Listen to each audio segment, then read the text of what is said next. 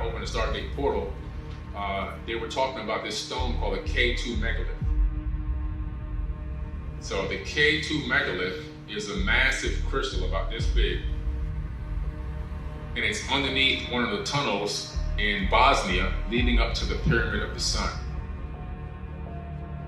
Now, the Pyramid of the Sun is a gigantic pyramid in Bosnia. This is in Europe. This pyramid is larger than the Great Pyramid at Giza.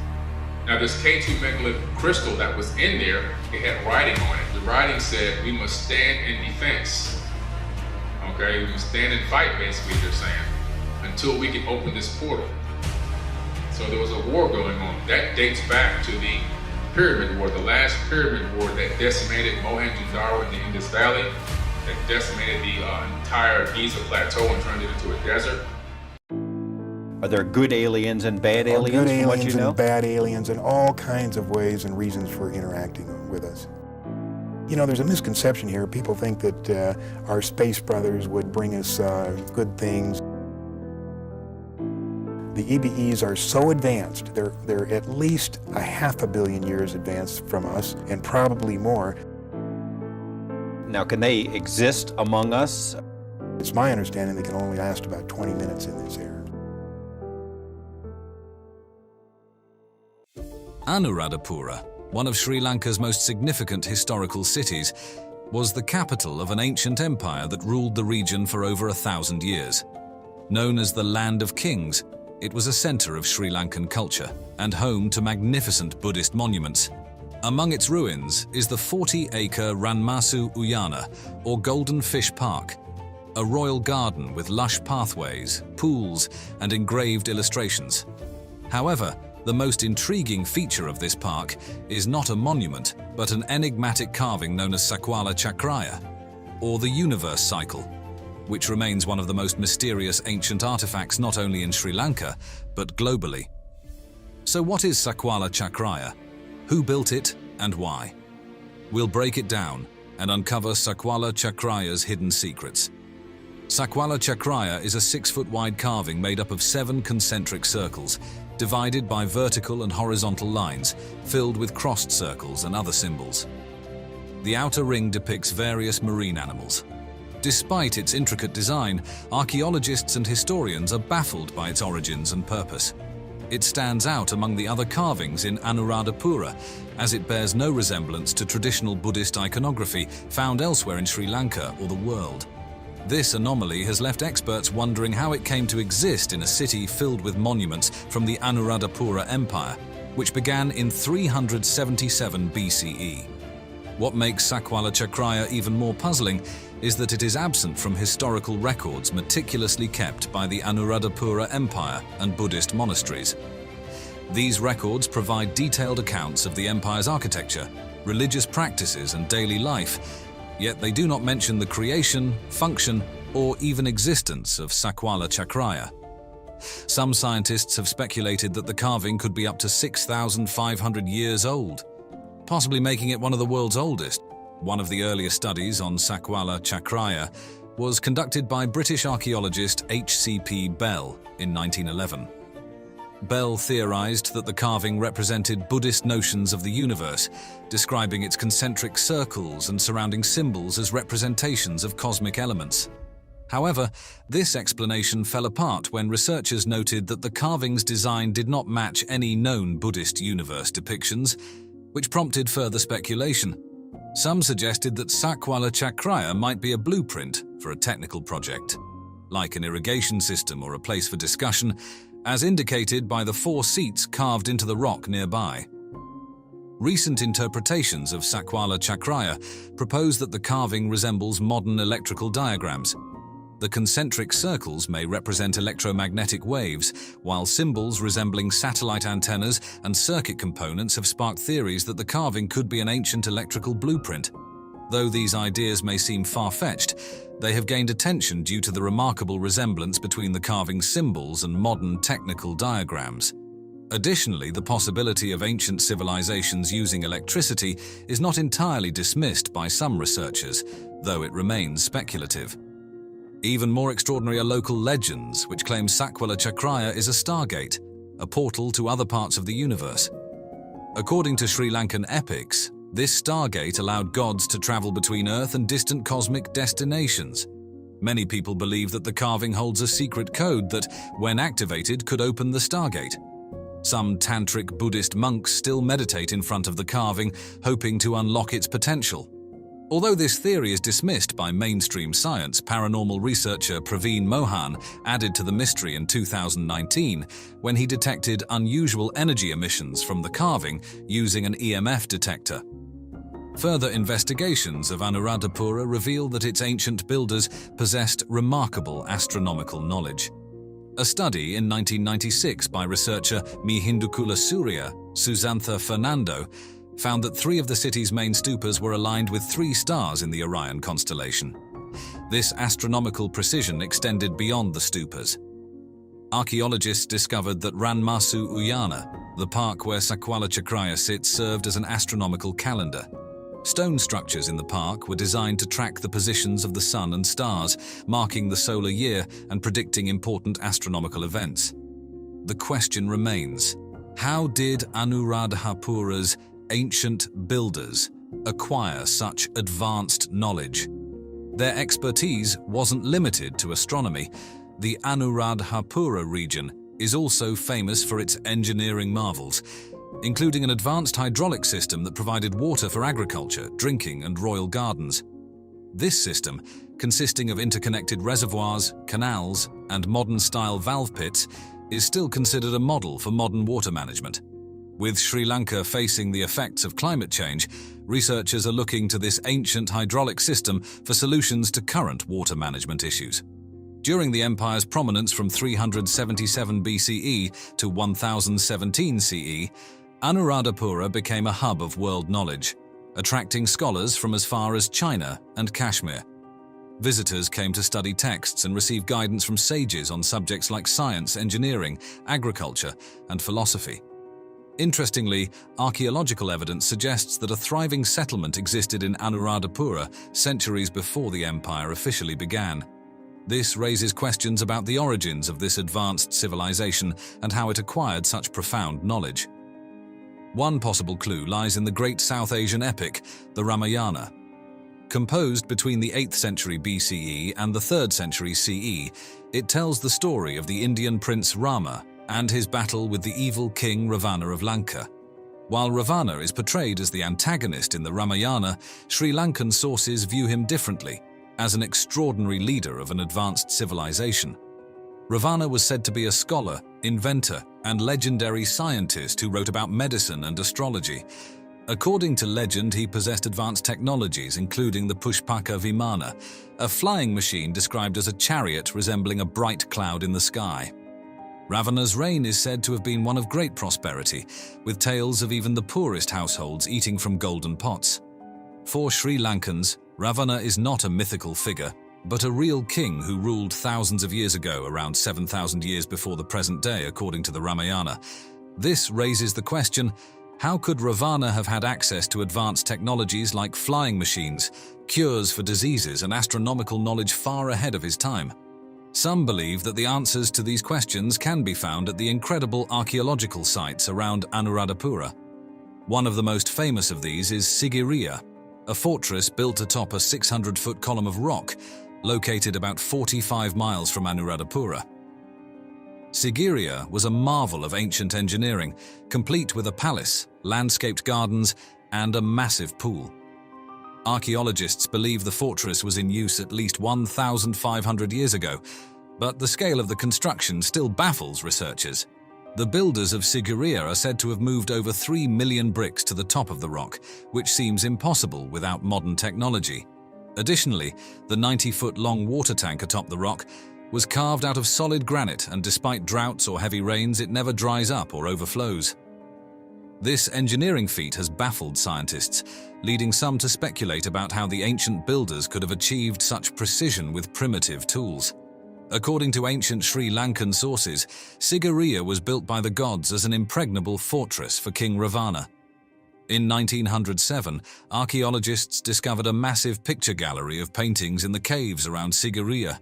These paintings depicted figures emerging from clouds and carrying various objects, sparking theories that they might represent the gods or perhaps extraterrestrial visitors who helped Ravana build his fortress. The story of Sakwala Chakraya comes into play again when considering these legends. Some believe that the stargate referenced in local myths was not just depicted in the carving, but was actually constructed at Sigiriya, allowing Ravana's visitors from the sky to travel to and from Earth. If these gods were extraterrestrial visitors, it might explain Ravana's advanced knowledge and technological capabilities, including the Pushpaka Vimana flying machine. About 60 miles from Sigiriya lies another intriguing site, Danigala Circular Rock, known to locals as Alien Mountain due to frequent UFO sightings. According to legend, Danigala was the site of Ravana's aviation headquarters, where he landed and launched his flying machines. Locals believe that the knowledge of flight Ravana possessed came from the visitors from the sky, and that Danigala served as a landing pad for their crafts. In modern times, hundreds of UFO sightings have been reported at Danigala, adding to its mystique. As research continues, the mystery surrounding Anuradhapura, Sigiriya, and Sakwala Chakraya deepens. For hundreds of years, the Angkor Wat was abandoned in a dense forest, a jungle.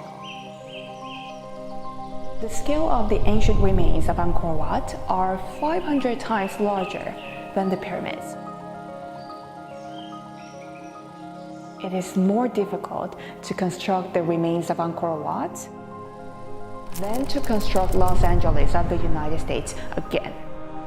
The Khmer Empire, known for its remarkable architectural achievements and extensive territorial reach, has been further illuminated by modern LiDAR technology.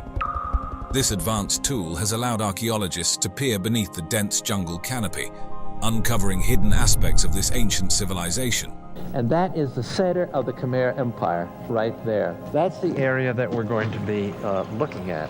Two significant sites, Angkor and Mahendraparvata, have been the focus of extensive LiDAR surveys, revealing a wealth of previously unknown details about the empire's urban planning, water management, and agricultural practices.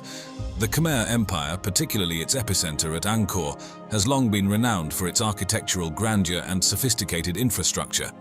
The advent of LiDAR technology has provided unprecedented insights into the scale and complexity of Angkor's urban sprawl, water management systems, and extensive road networks. These discoveries have significantly expanded our understanding of this ancient civilization, uncovering a host of new details about its construction methods, architectural styles, and the logistical prowess required to build such an expansive empire. The prehistory of this place, at least of Cambodia, is not well known. Between 2012 and 2015, a series of LiDAR surveys revealed the true extent of Angkor's urban sprawl. These surveys covered over 1,000 square kilometers, extending far beyond the well-known temple complexes of Angkor Wat and Angkor Thom. The detailed scans unveiled a densely populated urban environment with a highly organized grid-like pattern, showcasing the empire's sophisticated urban planning. The scans uncovered thousands of previously unknown residential areas, each consisting of houses, courtyards, and urban blocks. These residential zones were systematically arranged, reflecting a high degree of planning and social organization. Each household likely included wooden structures built on stilts, which have since decayed, leaving only the foundations visible through LiDAR. These homes were complemented by communal spaces and agricultural plots, indicating a well-balanced urban lifestyle. Angkor was revealed to be a hydraulic city, featuring an intricate network of canals, reservoirs known as barrays, and moats. These systems were crucial for irrigation, flood control, and sustaining the urban population. The network of water management structures showcased the Khmer Empire's engineering expertise, with meticulously designed channels ensuring efficient water distribution and management. Archaeologists don't know the truth of Earth history. It is just that they keep on making noise. The West Baray, one of the largest man-made reservoirs in the world, measures approximately 8 kilometers long and about 2 kilometers wide, with a capacity of around 50 million cubic meters. It played a pivotal role in Angkor's water management system. The East Baray, slightly smaller but equally impressive, was similarly designed to manage water resources efficiently. These barrays not only served practical purposes, but also held significant religious and symbolic meanings. The construction of these waterworks involved elaborate spillways, dikes, and water channels. The spillways were engineered to manage water flow during the rainy season, preventing floods and ensuring a stable water supply year-round. The dikes and channels were constructed using massive sandstone blocks, each weighing several tons. These blocks were quarried from the Kulen Mountains, approximately 40 kilometers away, and transported to Angkor through a combination of riverine and overland routes. LIDAR technology has also revealed a network of ancient highways radiating from Angkor, connecting it to other major centers within the Khmer Empire. These roads were meticulously planned and constructed, reflecting the empire's emphasis on connectivity and control. Lined with rest stops and administrative outposts, these highways facilitated travel and communication across the empire. Some outposts included large structures, possibly serving as storage or garrison facilities, indicating their importance in maintaining the empire's cohesion. The discovery of raised causeways highlighted the advanced construction techniques employed by Khmer builders. These causeways, often several kilometers long, were elevated to remain functional during the monsoon season. LIDAR scans also uncovered numerous previously unknown temples and structures, some buried under centuries of vegetation. This area became Indianized at this point. Indian patriots claimed that this was actually Greater India. These discoveries included both small shrines and large temple complexes, enhancing the already rich religious landscape of Angkor. Among the newly discovered structures were small shrines with intricate carvings and large temples with multiple sanctuaries, reflecting the diverse architectural styles and religious practices of the Khmer Empire. Detailed mapping of remote temple sites like Bante Chmar revealed intricate bas-reliefs and hidden chambers. Located in northwest Cambodia, Bante Chmar is one of the largest temple complexes outside Angkor. The bas reliefs at Bante Chmar depict scenes of battles, religious rituals, and daily life. The temple complex also features large enclosures and moats, indicative of its significance and scale. The types and sizes of structures discovered through LIDAR are varied and impressive. Angkor Wat, the largest religious monument in the world, covers an area of 401 acres. Constructed primarily from sandstone blocks, some weighing up to 1.5 tons, Angkor Wat is renowned for its grandeur and intricate bas-reliefs. Bayon Temple, known for its enigmatic smiling faces, features 54 towers adorned with 216 stone faces. The temple's complex structure includes numerous galleries and chambers, constructed using massive stone blocks. Ta Prohm, famous for the intertwining roots of large trees enveloping the temple ruins, exemplifies the blend of nature and architecture. This temple complex is extensive, with multiple courtyards and corridors, creating a sense of discovery and enchantment. The LIDAR scans also revealed the layout of residential and administrative buildings. Although the wooden structures have decayed, their stone foundations show the layout of residential areas. These houses were built on stilts to protect against flooding and pests. Along the highways, several large buildings likely served as administrative centers. Constructed with laterite and sandstone, these buildings featured multiple rooms and storage areas, highlighting their multifunctional use. Stone blocks used in these constructions were primarily sourced from the Kulen Mountains. Sandstone blocks, the primary material for temple construction, were transported to Angkor using a combination of river and land routes. Some of these blocks weighed as much as 1.5 tons. Laterite blocks, used primarily for foundation work and less visible structures, were sourced locally. Their porous nature made them easier to work with, though they were less durable than sandstone. In 2012, archaeologists using LIDAR technology rediscovered Mahendra Parvata, one of the first major capitals of the Khmer Empire. This city, situated on Phnom Kulen Mountain, predates the famous Angkor Wat and offers a glimpse into the formative years of Khmer urban development. The LIDAR scans covered the dense jungle canopy, uncovering the hidden city and providing a comprehensive map of its layout. The city featured a grid pattern with clearly defined residential areas, public buildings, temples, and roads. The scans uncovered thousands of structures, including residential homes, administrative buildings, and religious complexes, illustrating the complexity and sophistication of the city's planning. Numerous temples, many dating back to the early 9th century, were discovered beneath thick jungle foliage. These temples provided valuable insights into the religious practices and architectural styles of the early Khmer Empire. Among the notable discoveries were Prasat O Paong and Prasat Damre Krab, which featured unique carvings and architectural elements, showcasing the artistic and religious fervor of the period. The discovery of causeways and bridges demonstrated the advanced engineering capabilities of the Khmer builders. These structures allowed for efficient transportation across challenging terrains, including rivers and valleys. The causeways were often elevated and lined with laterite and sandstone blocks, ensuring their stability and longevity even during the rainy season.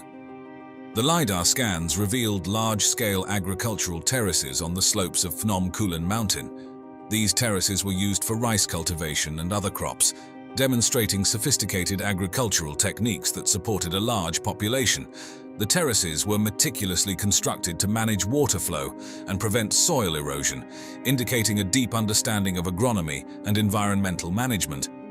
The presence of reservoirs and channels indicated a complex water management system designed to irrigate the terraced fields and manage seasonal water flow. These systems were essential for sustaining agriculture in the mountainous terrain. The reservoirs, known as barays, were strategically placed to collect and distribute water, ensuring a stable supply throughout the year. Everyone goes to the big Mayan sites, or they go to Teotihuacan and Mexico City because they're impressive. Whereas the Olmec sites, there's not much left.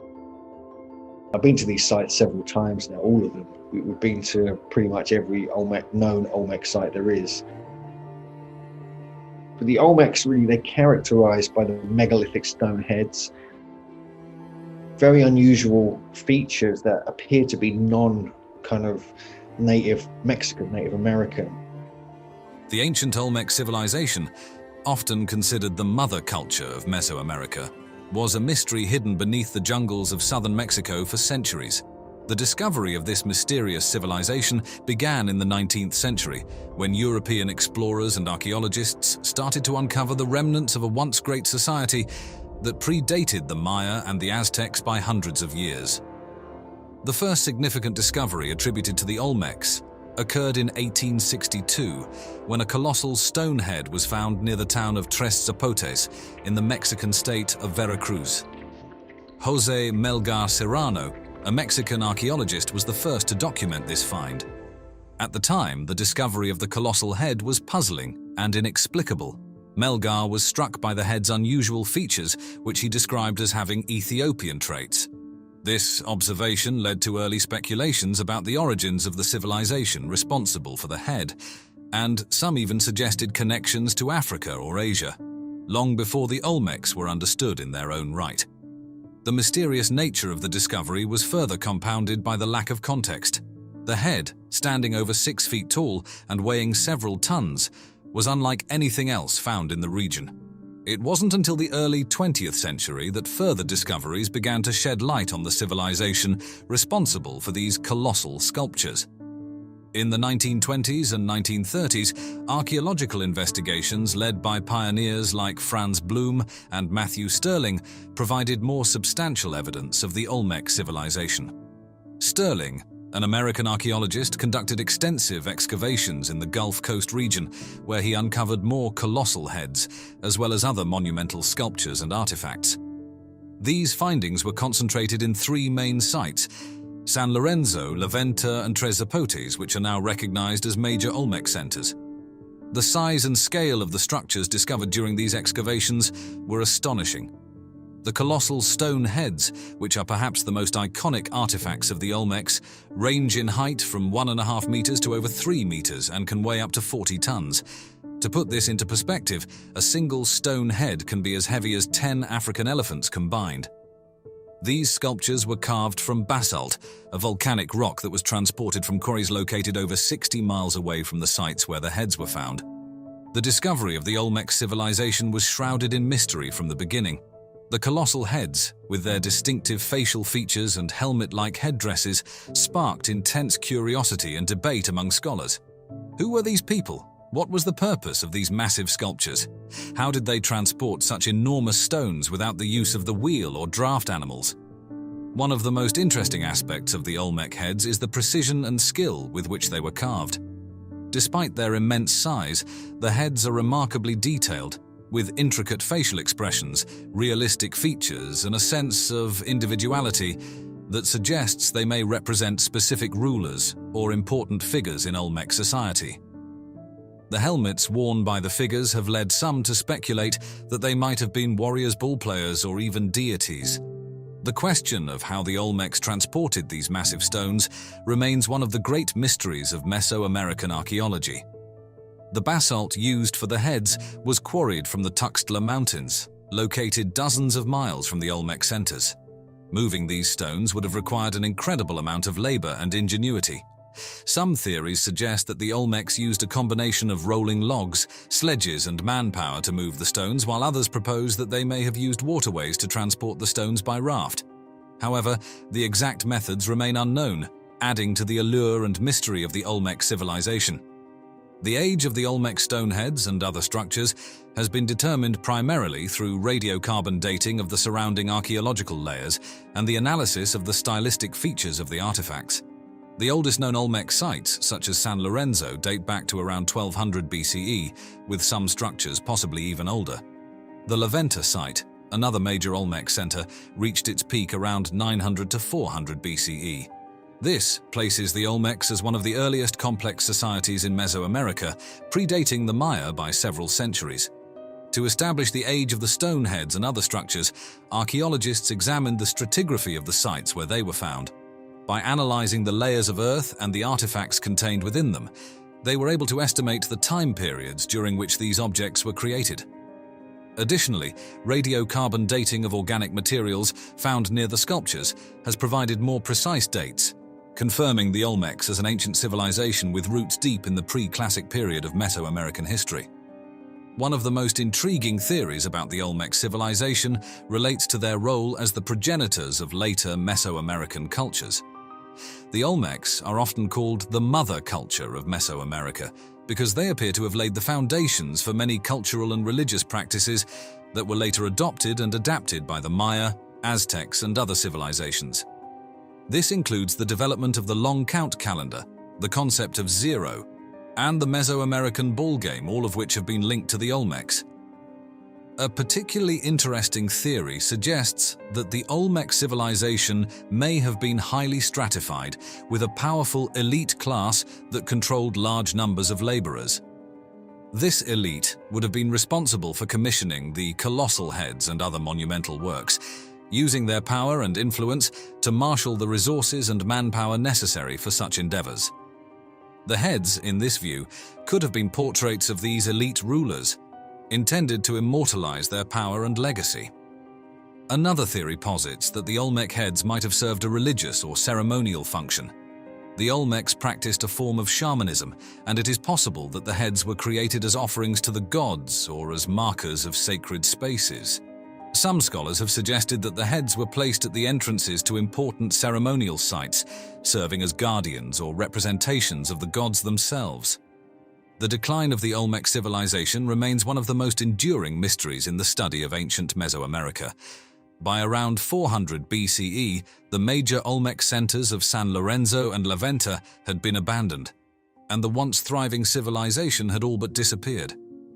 The reasons for this decline are still debated, with several theories offering potential explanations.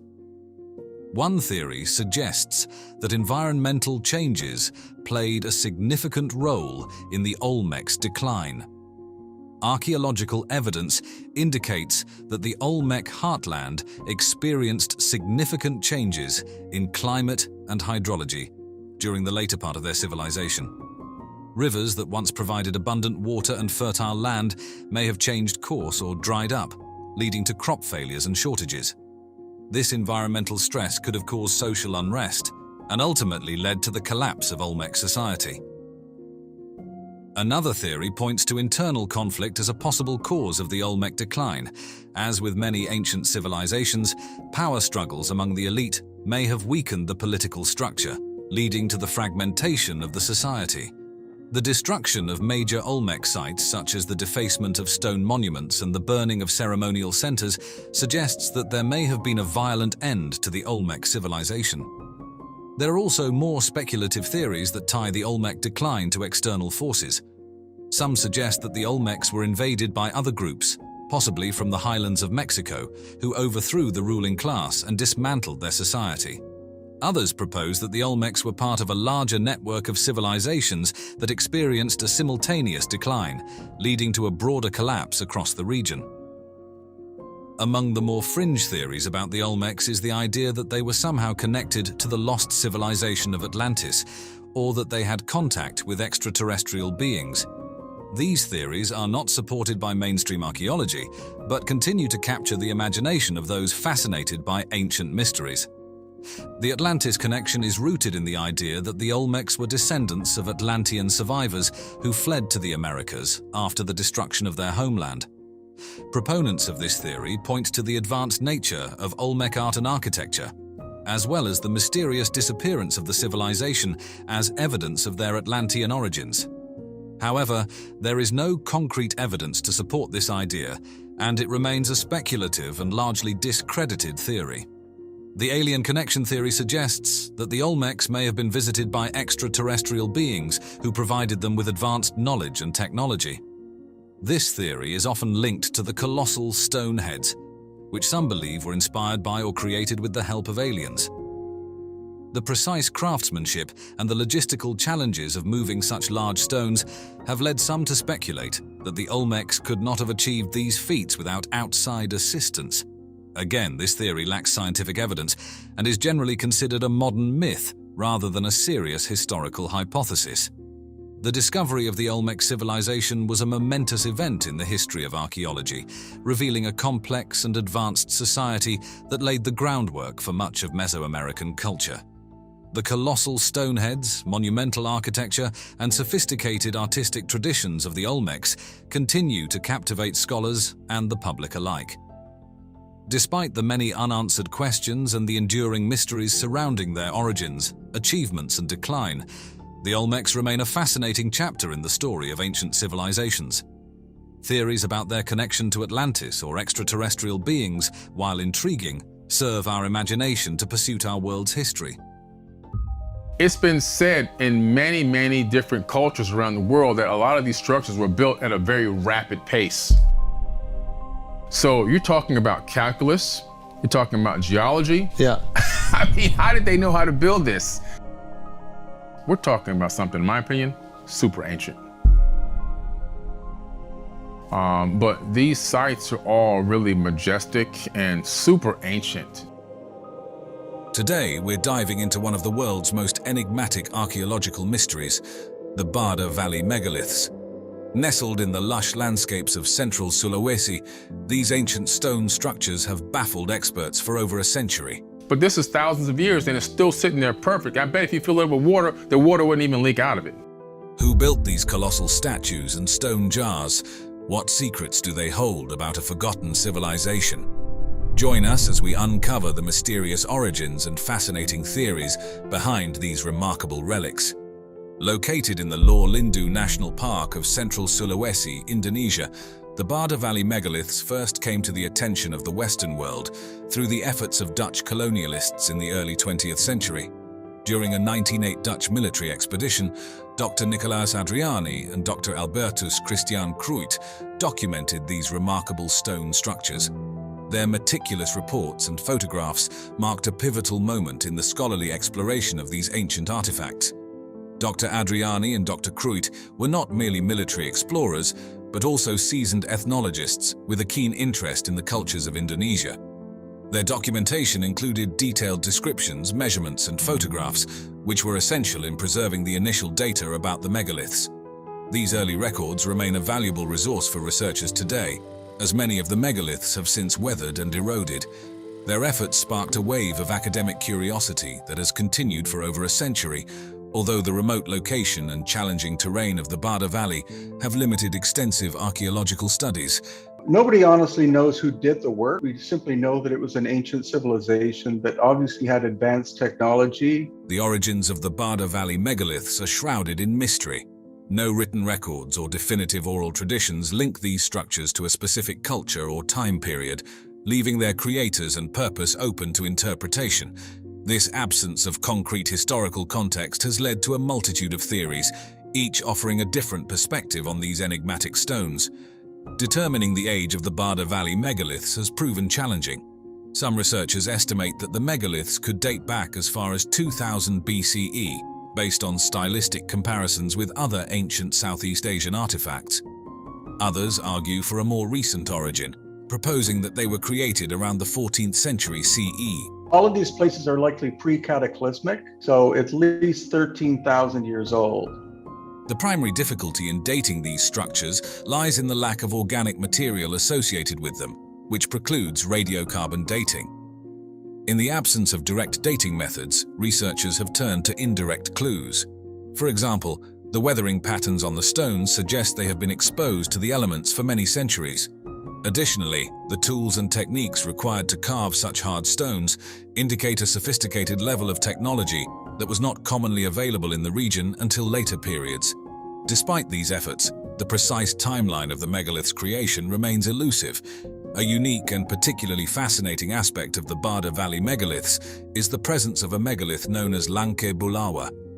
This particular megalith is not only one of the largest, but also features detailed carvings of human-like figures. The intricacy of these carvings suggests a high degree of skill and artistic expression. One intriguing theory about the Barda Valley megaliths proposes that they were created as part of a complex system of territorial markers and spiritual waypoints. According to this hypothesis, the megaliths were erected by a prehistoric culture to demarcate important areas such as tribal boundaries, sacred sites, or routes used for migration and trade. This theory is supported by the strategic placement of some megaliths along ancient pathways and near water sources, suggesting they may have served both practical and ceremonial purposes. An interesting comparison can be drawn between the Barda Valley megaliths and the Moai statues of Easter Island. Both sets of megaliths are characterized by their large carved stone figures, which display a remarkable level of craftsmanship and effort. He actually speculates that they were able to temporarily turn the stone into a form of plasma. However, while the Moai are primarily found along the coastline and oriented towards the sea, possibly serving as guardians or representations of ancestors, the Barda Valley megaliths are scattered throughout a lush inland valley. This contrast in placement and presumed purpose highlights the diverse ways in which ancient cultures utilized and interpreted their monumental stone creations. The Barda Valley megaliths are renowned for their diverse shapes and sizes, reflecting a variety of forms and functions.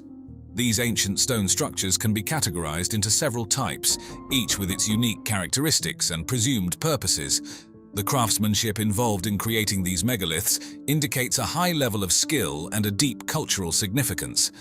The statues, or arca, are anthropomorphic megaliths that often resemble human figures. They range from crude, roughly hewn shapes to more refined and detailed representations. Typically, these statues depict heads with prominent facial features including eyes, noses, and mouths. Some statues also include arms and other body parts, adding to their lifelike appearance. The most famous of these statues is Palindo, which stands approximately 4.5 meters tall and weighs several tons. Palindo is one of the largest and most well-known figures in the valley, characterized by its distinct facial features and overall grandeur. The name Palindo means the entertainer, suggesting a possible ceremonial or cultural role. Other notable statues include those with less defined features, indicating a range of artistic expression and possibly different time periods or cultural phases. The kalamba are large cylindrical stone jars, believed to have served various purposes, including as urns or water containers. These jars are meticulously carved from single stone blocks and vary significantly in size and design. Some kalamba are over 1 meter in diameter and can reach heights of 1.5 meters or more. A unique aspect of these jars is that some have lids, while others do not. The lids are often as carefully carved as the jars themselves, indicating their importance. The kalamba jars sometimes feature intricate carvings and motifs, which may include geometric patterns or symbolic representations. These jars are thought to have been used in burial practices, possibly as urns to hold the remains of the deceased or for ceremonial purposes involving water. Their size and craftsmanship suggest they were significant items, potentially used by high-status individuals or in important rituals. Stone basins and bowls of varying sizes are another significant category of the Barda Valley megaliths. These structures often feature intricate decorations and motifs, which may provide clues about their usage and cultural importance. Basins and bowls range from small, handheld sizes to large, immovable structures that could hold significant amounts of liquid or other materials. Some of these basins are intricately decorated with carvings that include geometric patterns, animals, or symbolic motifs. The creation of the Barda Valley megaliths would have required sophisticated techniques and tools, as well as a well-organized workforce. So what happened to all these tools? Whoever did the work came, brought the technology, and then took the technology with them somewhere. The megaliths are carved from hard stones such as granite and basalt, which would have been sourced from local quarries.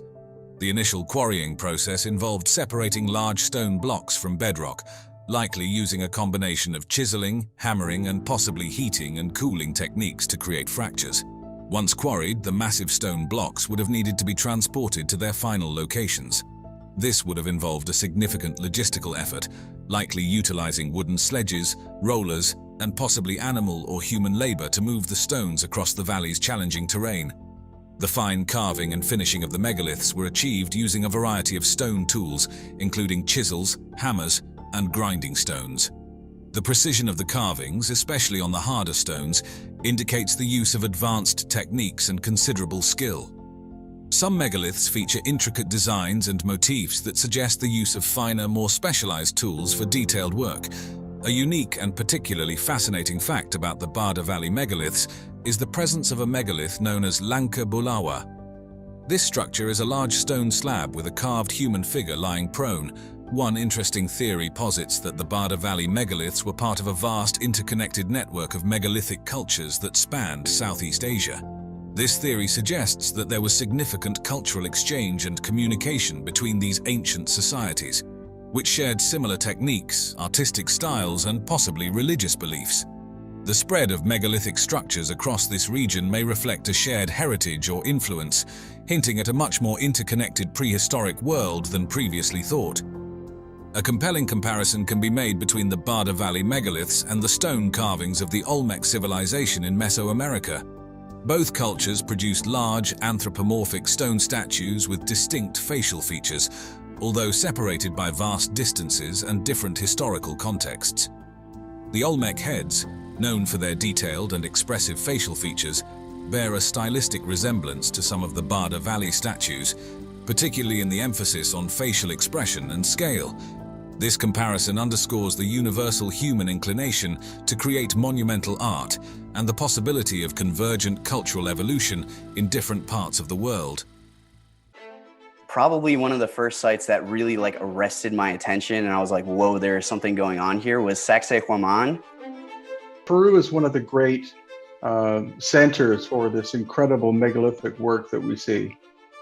Nobody honestly knows who did the work. We simply know that it was an ancient civilization that obviously had advanced technology. I asked my guide, who did this? And he said, the Inca. And I said, that's impossible because they were a Bronze Age society. The Sacsayhuaman Citadel, located on the northern outskirts of Cusco, Peru, stands as a monumental testament to the ingenuity of ancient civilizations. This mysterious structure, though the exact date of its discovery in modern terms is difficult to pinpoint, Sacsayhuaman has always been known to the local indigenous peoples and has long been recognized as a significant site in the Incan heartland. And that caused me over the course of time to eventually move to Peru in order to continue to pursue this. The true discovery by the outside world, however, can be traced back to the Spanish conquest of Peru in the 16th century. When the Spanish conquistadors, led by Francisco Pizarro, arrived in Cusco in 1533, they were awestruck by the grandeur of Sacsayhuaman. Chroniclers such as Pedro Chiesa de Leon and Garcilaso de la Vega documented their impressions, with de la Vega describing Sacsayhuaman as the most important architectural work of the Incas. The citadel's enormous stone structures, arranged in precise formations, defied the understanding of European architects and engineers of the time. The discovery was not a singular event, but a gradual unveiling of the citadel's mysteries. Over the years, as the Spanish sought to conquer and convert the Inca, they dismantled much of Sacsayhuaman, using its stones to build colonial Cusco. However, the scale and complexity of the site ensured that significant portions remained intact. Sacsayhuaman is enveloped in mystery, both in its construction and its purpose. One of the most striking features of the site is the precision with which the massive stone blocks are fitted together. The stones, some weighing over 100 tons, are cut and assembled with such accuracy that even modern engineers are baffled by the techniques used. The walls are made up of polygonal blocks, carefully interlocked without the use of mortar. This method not only ensured the longevity of the structures, but also allowed them to withstand earthquakes, no small feat in a seismically active region. One of the most fascinating aspects of Sacsayhuaman is the scale of its construction. The largest stones used in the walls weigh up to 140 tons and are over 5 meters high.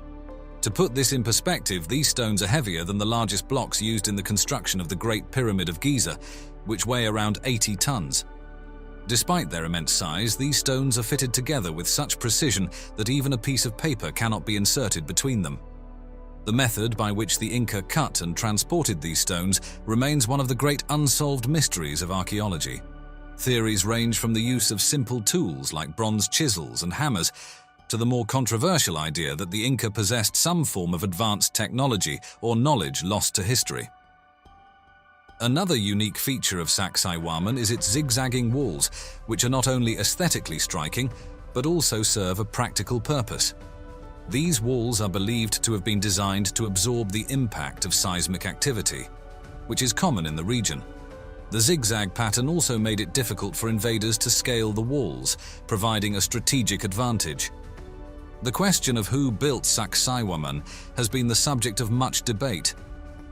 The traditional view is that the Inca, who ruled the region from the early 15th century until the arrival of the Spanish in the 16th century, were the builders. However, some researchers argue that the site may predate the Inca and could have been constructed by an earlier, unknown civilization. The theory that Sacsayhuaman was built by the Inca is supported by the presence of similar construction techniques at other Inca sites, such as Machu Picchu and Ollantaytambo. However, the sheer scale of the stones used at Sacsayhuaman, combined with the lack of evidence for how the Inca could have moved such massive blocks, has led some to speculate that they may have inherited the site from an earlier culture. One of the most intriguing theories is that the builders of Sacsayhuaman possessed advanced knowledge of harmonic resonance technology, which allowed them to move the massive stones with ease. This theory suggests that the builders used sound waves to levitate or reduce the weight of the stones, enabling them to transport and position them with minimal effort. While there is no direct evidence to support this theory, it has gained popularity among those who believe that ancient civilizations had access to advanced technologies that have since been lost. The idea that humans could have built Sacsayhuaman using conventional techniques, such as ramps and levers, is not entirely dismissed by archaeologists. However, the lack of definitive evidence for how the stones were moved and the precision with which they were cut and fitted has led to a wide range of alternative theories, including the possibility of alien assistance. Determining the exact age of Sacsayhuaman has proven challenging. While it is generally accepted that the site was constructed during the reign of the Inca, which began in the early 15th century, some evidence suggests that portions of the citadel may be much older. Radiocarbon dating of organic material found at the site has provided dates ranging from the 12th to the 15th centuries, but these dates are associated with the site's later use rather than its initial construction. The lack of definitive dating has led some researchers to propose that Sacsayhuaman may have been built on top of an even older structure, possibly by a pre-Incan civilization. This theory is supported by the fact that the construction techniques used at Sacsayhuaman differ from those found at other Inca sites. The precision with which the stones are cut and fitted, for example, is far superior to that seen at Machu Picchu or Ollantaytambo, leading some to speculate that the Inca may have inherited and repurposed the site. One of the most interesting aspects of Sacsayhuaman is its potential connection to the megalithic traditions of other ancient cultures. Some researchers have noted similarities between the construction techniques used at Sacsayhuaman and those found at other megalithic sites around the world, such as Stonehenge in England and the pyramids of Egypt. These similarities have led to speculation that Sacsayhuaman may be part of a global network of ancient sites, possibly built by a lost civilization with advanced knowledge of engineering and astronomy. Sacsayhuaman, like many ancient sites, has become the focus of numerous conspiracy theories and speculative ideas. One of the most popular theories is that Sacsayhuaman is connected to the legendary Hall of Records, a supposed repository of ancient knowledge hidden beneath the earth. According to this theory, the Hall of Records contains the secrets of advanced technologies and ancient wisdom, which were used by the builders of Sacsayhuaman to construct the citadel. Another intriguing theory is that Sacsayhuaman was built using harmonic resonance technology. This idea suggests that the builders were able to move the massive stones by generating specific frequencies of sound which caused the stones to levitate or become lighter. While this theory is not supported by mainstream archaeology, it has gained popularity among those who believe that ancient civilizations possessed knowledge and technologies that have been lost to history. The theory of alien assistance is another popular idea associated with Sacsayhuaman. Proponents of this theory argue that the precision and scale of the stonework at Sacsayhuaman are beyond the capabilities of ancient human civilizations, and suggest that extraterrestrial beings may have played a role in the construction of the citadel. This idea is often linked to the broader concept of ancient astronauts, which posits that aliens visited Earth in the distant past and helped early humans build megalithic structures.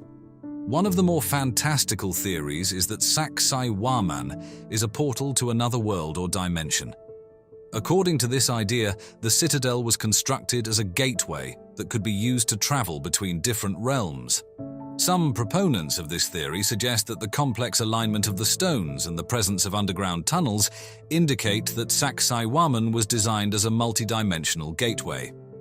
The purpose of Sacsayhuaman has been the subject of much debate among archaeologists and historians. The traditional view is that the site served as a military fortress designed to protect Cusco, the capital of the Inca Empire, from invaders.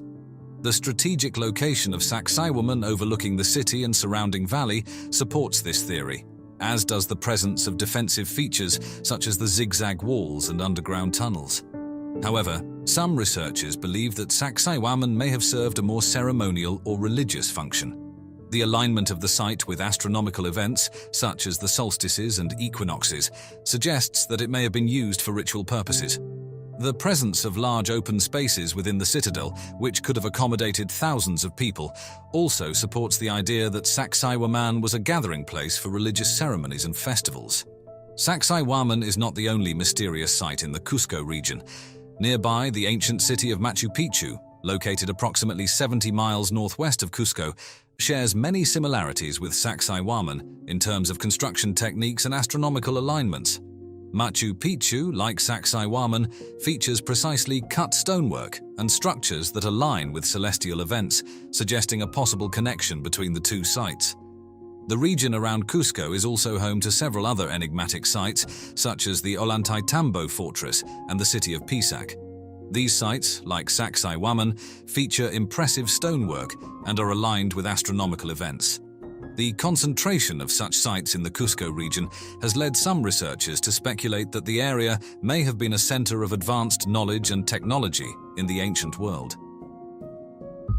A culture that erected huge stone structures like the Egyptian pyramids and the temples of the Aztecs. Does the answer lie in the mysterious Kaimanawa stone wall buried deep in the forest near Taupo? While geologists still wonder whether it's a natural rock formation or not, later this month, archaeologists will begin excavating around it. The Kaimanawa Wall, located in the dense Kaimanawa forest of New Zealand's North Island, has long been a subject of intrigue, sparking debates and inspiring numerous theories about its origin. There's two schools of thought at the moment. One that it's a natural occurrence, and one that the blocks of rock have been placed here by some early civilization. The wall's discovery and subsequent study have raised more questions than answers, fueling speculation about its purpose and the people who might have built it, if indeed it is man-made at all. They have said that this is beyond our time. They were here 2,000 years ago and were brought here by people. The Kaimanawa Wall was first brought to public attention in the early 1990s by Barry Brailsford. a historian and author with a deep interest in New Zealand's indigenous cultures. Brailsford, along with a small team of explorers, stumbled upon the structure while investigating local Maori legends that spoke of ancient stone constructions hidden deep within the forest. However, the wall's existence had likely been known to local hunters and bushmen for some time, as the area was popular for hunting and trekking. The wall itself is a roughly 10-meter tall structure composed of large, smooth megalithic stone blocks, seemingly fitted together with precision. The blocks, which appear to be rectangular and meticulously arranged in horizontal courses, resemble the kind of stonework associated with ancient megalithic structures found in other parts of the world, such as the Inca walls of Sacsayhuaman in Peru or the Cyclopean walls of Mycenae in Greece. And the rocks themselves bend in a sort of a semicircle around. It may be the shape of some sort of structure. What makes the Kaimanawa Wall so mysterious is the uncertainty surrounding its origins. Unlike other megalithic structures around the world, which have been studied extensively and often linked to known ancient civilizations, the Kaimanawa Wall exists in a region with no known history of large-scale stone construction.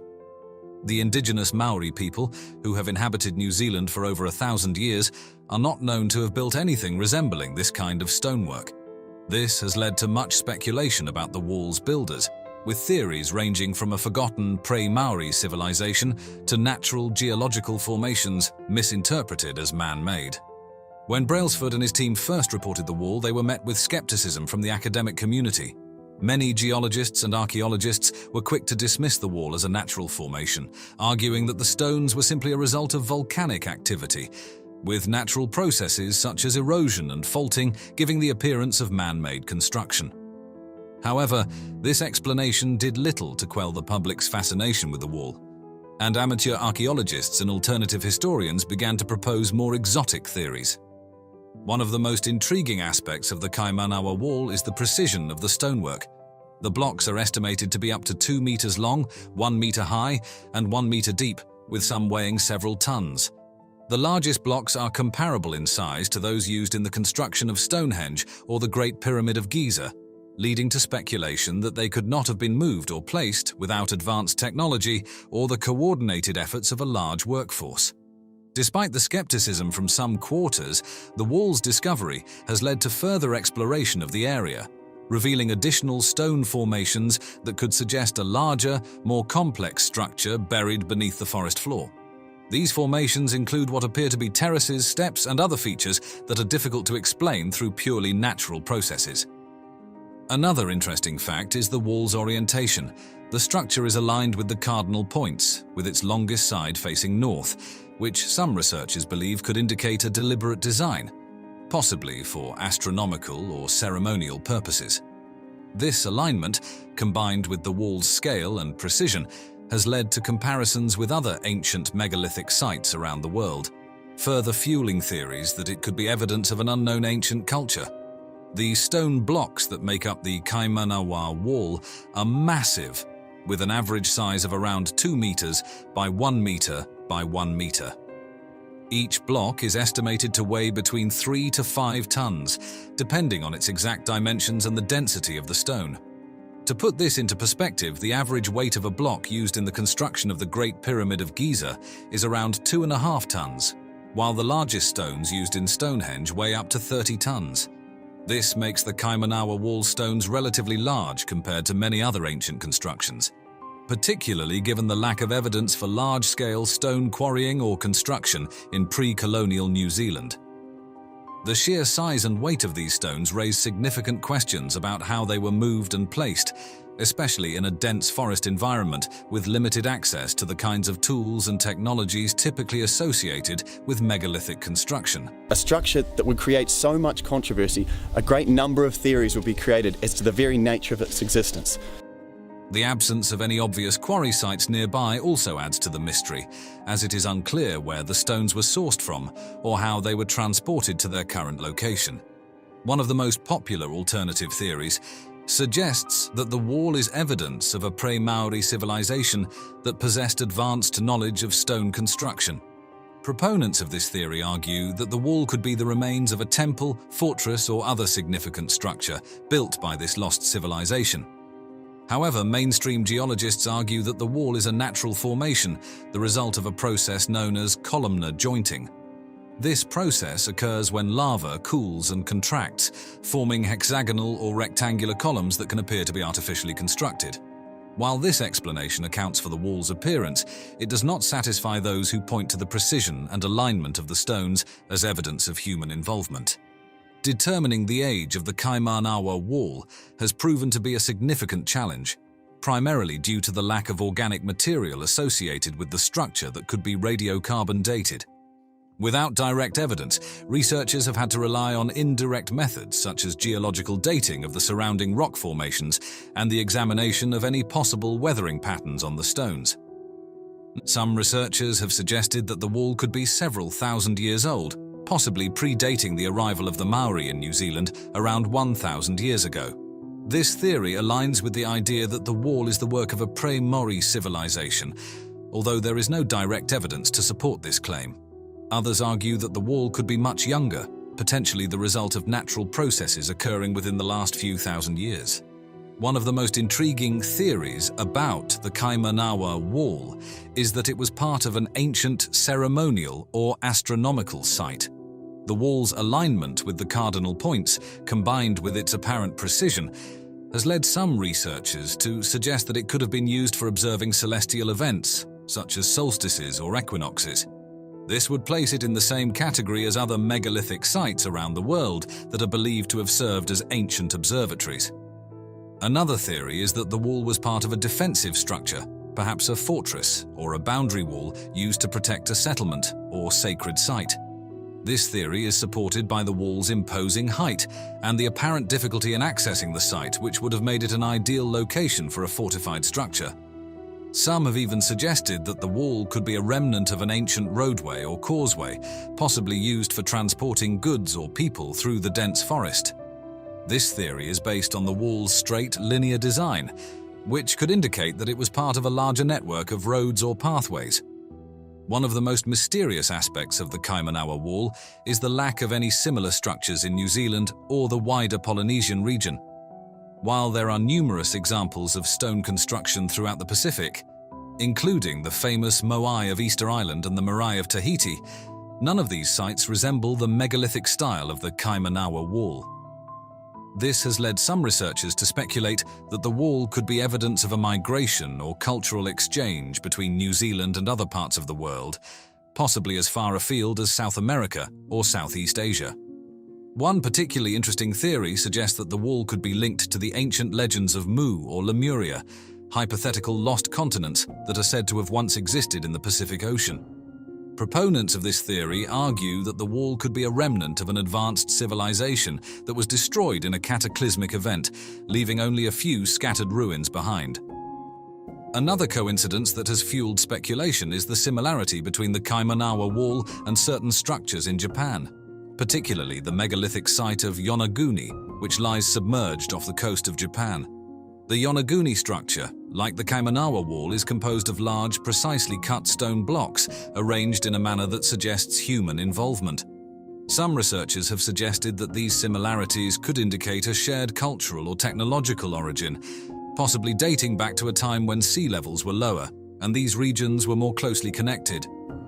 In addition to the Kaimanawa Wall, there have been other intriguing discoveries in the surrounding area that could shed light on the region's ancient history. For example, researchers have found numerous petroglyphs and carvings in the central North Island, some of which depict strange humanoid figures and symbols that do not appear to be of Maori origin. These carvings have led some to speculate that they could be the work of a pre-Maori culture, possibly the same one responsible for the Kaimanawa Wall. Comparisons between the Kaimanawa Wall and other megalithic structures around the world have also provided some intriguing insights. For example, the wall's construction technique bears some resemblance to the Inca stone walls found in Cusco, Peru, where large irregularly shaped stones are fitted together without the use of mortar. While the Kaimanawa Wall's stones are more regular in shape, the precision with which they are fitted together is comparable, leading some researchers to suggest that similar techniques or knowledge could have been used.